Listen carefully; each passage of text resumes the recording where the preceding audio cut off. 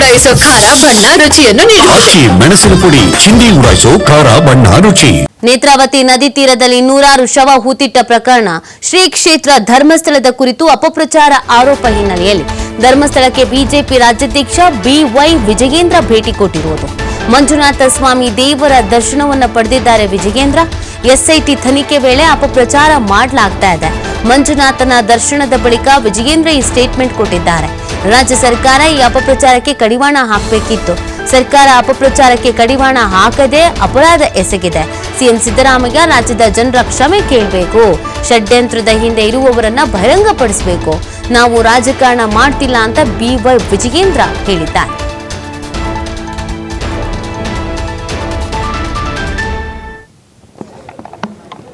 SIT ತನಿಖೆಗೆ ಆದೇಶ ಮಾಡಿದಾಗ ಭಾರತೀಯ ಜನತಾ ಪಾರ್ಟಿ ನಾವು ಸ್ವಾಗತವನ್ನು ಮಾಡಿದ್ದೇವೆ. ತನಿಖೆ ಪಾರದರ್ಶಕವಾಗಿ ಆಗಬೇಕು, ಏನು ಅನುಮಾನಗಳು ಹುಟ್ಟಿ ಹಾಕಿದ್ದಾವೆ ಎಲ್ಲವೂ ಕೂಡ ಇತ್ಯರ್ಥ ಆಗಬೇಕು ಅನ್ನುವ ಅಪೇಕ್ಷೆಯನ್ನು ಕೂಡ ನಾವು ಎಲ್ಲರೂ ಕೂಡ ವ್ಯಕ್ತಪಡಿಸಿದ್ವಿ.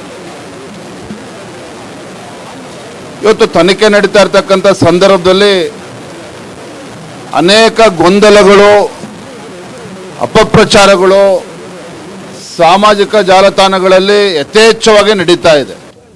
ಸ್ವತಃ ಈ ರಾಜ್ಯದ ಉಪಮುಖ್ಯಮಂತ್ರಿಗಳು ಡಿ.ಕೆ. ಶಿವಕುಮಾರ್ ಅವರು ಇದರ ಹಿಂದೆ ಒಂದು ಷಡ್ಯಂತ್ರ ಅಡಗಿದೆ ಅನ್ನೋ ಮಾತನ್ನು ಅವರು ಕೂಡ ಉಲ್ಲೇಖ ಮಾಡಿದ್ದಾರೆ. ಈ ಅಪಪ್ರಚಾರಕ್ಕೆ ಕಡಿವಾಣ ಆಗ್ತಕ್ಕಂಥ ಕೆಲಸ ಯಾರು ಮಾಡಬೇಕು? ರಾಜ್ಯ ಸರ್ಕಾರವೇ ಮಾಡಬೇಕಾಗಿತ್ತು. ರಾಜ್ಯ ಸರ್ಕಾರ ಈ ಅಪಪ್ರಚಾರಗಳಿಗೆ ಕಡಿವಾಣ ಹಾಕ್ದೇ ಇವತ್ತು ಅಪರಾಧವನ್ನು ಎಸಗಿದೆ. ನಾನಿವತ್ತು ರಾಜ್ಯದ ಮುಖ್ಯಮಂತ್ರಿಗಳಿಗೆ ಏನು ಅಪಪ್ರಚಾರಕ್ಕೆ ಇವತ್ತು ಕಡಿವಾಣ ಹಾಕದೇ ಇರತಕ್ಕಂಥ ಸಂದರ್ಭದಲ್ಲಿ ರಾಜ್ಯದ ಮುಖ್ಯಮಂತ್ರಿಗಳಿಗೆ ನಾಡಿನ ಜನತೆ ಒಂದು ಕ್ಷಮೆನ ಕೇಳಬೇಕು ಅಂತೇಳಿ ನಾನು ಈ ಸಂದರ್ಭದಲ್ಲಿ ಆಗ್ರಹ ಮಾಡ್ತಾ ಇದ್ದೇನೆ. ಭಾರತೀಯ ಜನತಾ ಪಾರ್ಟಿ